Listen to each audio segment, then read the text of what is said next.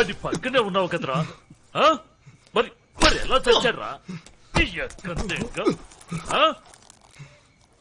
రఘుని చంపిన వెంటనే జహీర్ చంపకుండా ఎందుకు వచ్చావురా ఆయన ఎందుకు చంపలేదు ఎలా తప్పించుకున్నాడు నేను చెప్పి తొట్టినాయాలా నువ్వు అక్కడే తెచ్చావు కదా అయినా రఘుని ఎలా చంపాడు జహీర్ ఎందుకు చంపలేదు నా తమ్ముడు ప్రాణాలు ఎందుకు పోయాయి నానా దుబాయ్ నుంచి బాయ్ ఫోన్ చేశారు.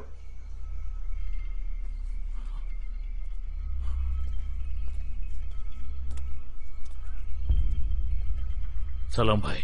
ఇది నేను నీకిచ్చిన ఆఖరి మోకా బిగయ్యా 10 పేటీ మాల్ కూడా పోయింది. భాయ్ వాడు రఘుని చంపాడు. రఘు నాకు ఒక్కగానొక్క తమ్ముడు. మోకా కూడా ఆఖరిదే కదా. బాధ్యత నేను తీసుకుంటాను. జరిగిన నష్టమంతా నేను భరిస్తాను. మరి గౌరవం రోడ్డున పడిపోయింది కదా, అది వాపస్ ఎలా వస్తుంది? జహీర్ని చంపితే ఆ చెత్త నా కొడుకుని ఈ పొద్దే నేను చంపేస్తాను. తూరేనేదేనా నీ వల్ల ఏమీ కాదు. అలా అనద్దు బాయ్. చెప్పాను కదా రామ్కర్, ఇప్పుడు మధ్యలో ఎవరూ రావద్దు. చెయ్యాల్సిందంతా నేను చేస్తాను. లంచా కొడక.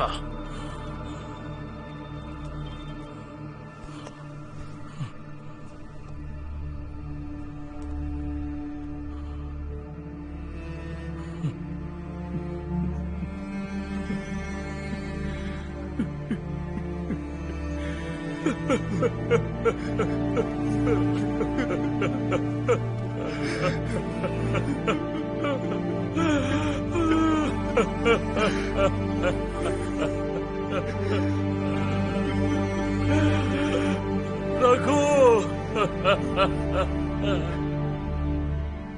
This is not tolerable at all. Officers, రాను డిపార్ట్మెంట్ సమర్థత మీదే అనుమానాలు మొదలవుతున్నాయి. సార్, అకారణంగా భయపడాల్సిన అవసరం లేదు. ఈ గ్యాంగ్స్టర్లు వాళ్లలో వాళ్లే చంపుకుంటూ ఉంటారు. అయితే పోలీస్ డిపార్ట్మెంట్ తో పనేముంది బోహేర్? Sorry sir. తావుడే, ఏ యాక్షన్ తీసుకున్నావు? సార్, నేను గ్యాంగ్స్టర్ జహీర్ బాక్కర్ని అరెస్ట్ చేసినాను. మిగిలిన గ్యాంగ్ మెంబర్స్ కూడా సెర్చ్ చేస్తున్నాం.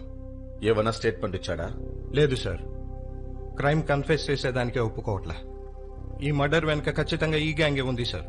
వాటర్ టైట్ గా ఉండాలి ఈ కేసు. రిమాండ్ కన్ఫర్మేషన్ నాకు రేపే కోర్టు నుంచి రావాలి. సారీ సార్, రిమాండ్ లో ఉంచిన ఉపయోగం ఉండదు. ఆయనకి అగేనెస్ట్ గా ఎవరు కంప్లైంట్ ఇవ్వరు సార్. విట్నెస్లు కూడా లేవు sir.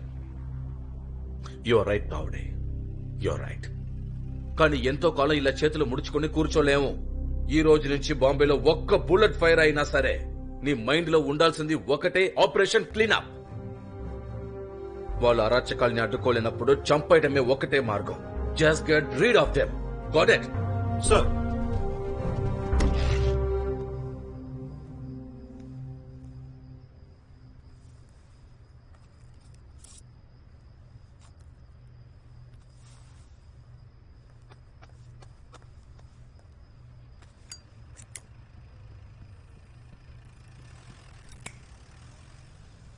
Thank you. The pleasure is mine, sir. By the way, I am Anjali Dikshit. Anjali Dikshit, Janmat news paper, right? Right, sir. I'm very glad. చాలా బాగా అబ్జర్వ్ చేస్తున్నారు. It's my job madam. Sorry to say sir, కానీ మీ job gangsters మీద కన్నేసి ఉంచడం, press మీద కాదు. పోలీస్ డిపార్ట్మెంట్ వరకు గ్యాంగ్స్టర్ అయినా ప్రెస్ అయినా both are equally dangerous. Sir. Okay sir. ఒకటి చెప్పనా సార్, మనల్ని మనం ఎలా చూపించుకుంటామో మన ఇమేజ్ కూడా అలాగే ఉంటుంది. అంటే పోలీసులు తప్పుగా ఎక్స్పోజ్ అవుతున్నారా? నిజం చెప్పమంటే అవును. నా ఉద్దేశం, జనం ఉన్న ట్రైన్లో షూటౌట్ జరుగుతోంది, ఒకడు చనిపోతాడు. యాక్షన్ మాత్రం ఒక గ్యాంగ్ మీద టార్గెట్ చేశారు. అయితే నాకన్నా నీకే ఎక్కువ తెలిసినట్టుంది. సార్, మీరు అఫెండ్ అయ్యారు. ఏదేమైనా సార్, కళ్ళకు గంతలు కట్టినా కూడా నిజం మాత్రం మారదు. త్వరలో తెలుస్తుంది. మళ్ళీ కలుద్దాం. ష్యూర్. ఈసారి మనం ఫ్రంట్ గేట్ దగ్గర కలిస్తే బాగుంటుంది. Absolutely. Bye. Bye.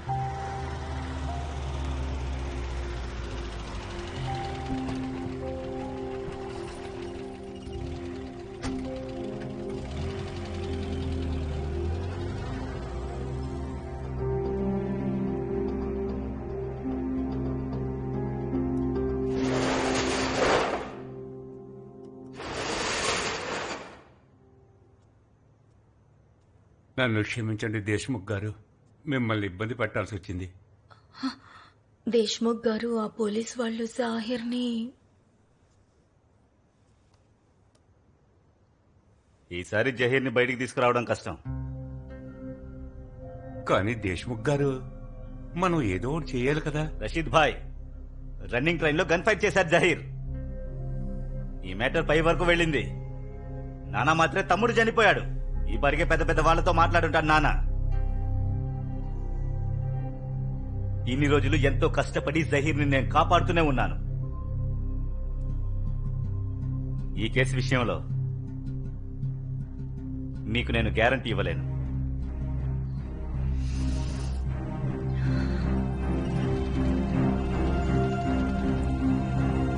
My lord, నా క్లయింట్ జహీద్ బట్కర్ ఒక ఐస్ డీలర్ మాత్రమే. నా క్లయింట్ పరువుని బజారుకి ఈడ్చడానికి అతన్ని ఫ్రేమ్ చేశారని నేను అనుకుంటున్నాను. మైలాడ్, ఆ దుర్ఘటన జరిగిన రోజున నా క్లయింట్ తన భార్యని డోంగ్రీలో ఉన్న డాక్టర్ షేక్ క్లినిక్ తీసుకెళ్లారు. అక్కడే డాక్టర్ ఆవిడకు వైద్యం కూడా చేశారు. డాక్టర్ షేక్ ఇచ్చిన ప్రిస్క్రిప్షన్, క్లినిక్ లో ఎంట్రీ రిజిస్టర్ కోర్టు వారికి సమర్పించాను. మైలాడ్, నేను కోర్టును అభ్యర్థిస్తున్నాను, ఆధారాల్ని పరిశీలించి నిర్దోషిగా నా క్లయింట్ని విడుదల చేయండి. కేసు పూర్వాపరాలు, సాక్ష్యాధారాలు పరిశీలించిన మీదట ముద్దాయిగా నిలబడిన జహీర్ బట్కర్ కి భూజ్ ఎక్స్ప్రెస్ లో జరిగిన కాల్పులకి ఎటువంటి సంబంధం లేదని నిర్ధారించడం అయ్యింది. కావున ఈ కోర్ట్ జహీర్ బాట్కర్ అనే ఈ ముద్దాయిని నిర్దోషిగా విడుదల చేయడం అయినది.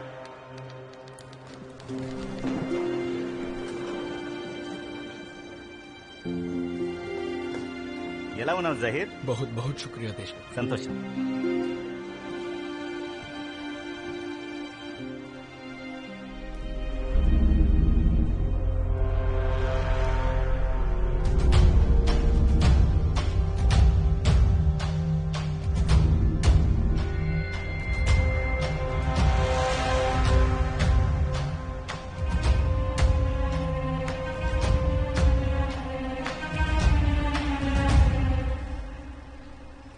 జహీర్ బట్కర్ మిమ్మల్ని ఎందుకు అరెస్ట్ చేశారు?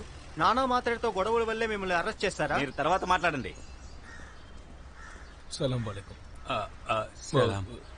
రషీద్ భాయ్, అష్రఫ్ చెప్పండి, అష్రఫ్ ఎక్కడ?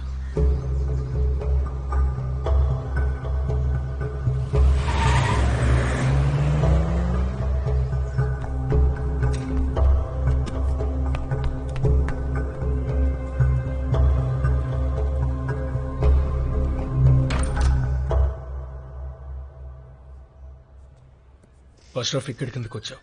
సబ్ ఖైరియత్? ఇక్కడ ఒక సంతకం పెట్టండి. సంతకమా? నువ్వు చెప్పావు కాబట్టి చేస్తాను, కానీ ఎందుకు? మీరు ఆవిడ భర్త? అవును. మీ ఆవిడ అబార్షన్ చేయించుకోవాలనుకుంటున్నారు. భర్త కాబట్టి మీరు ఇక్కడ సైన్ చేయండి.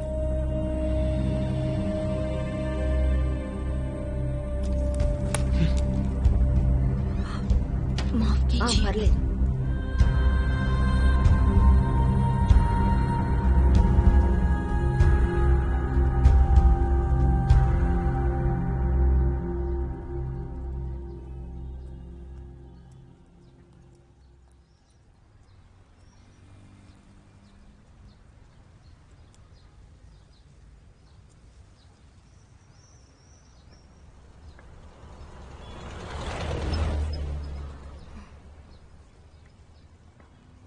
జాహిర్,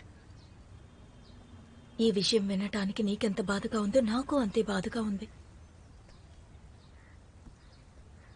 అబార్షన్ చేయించుకోవాల్సినంత అవసరం ఏమొచ్చింది చెప్పు అష్రఫ్.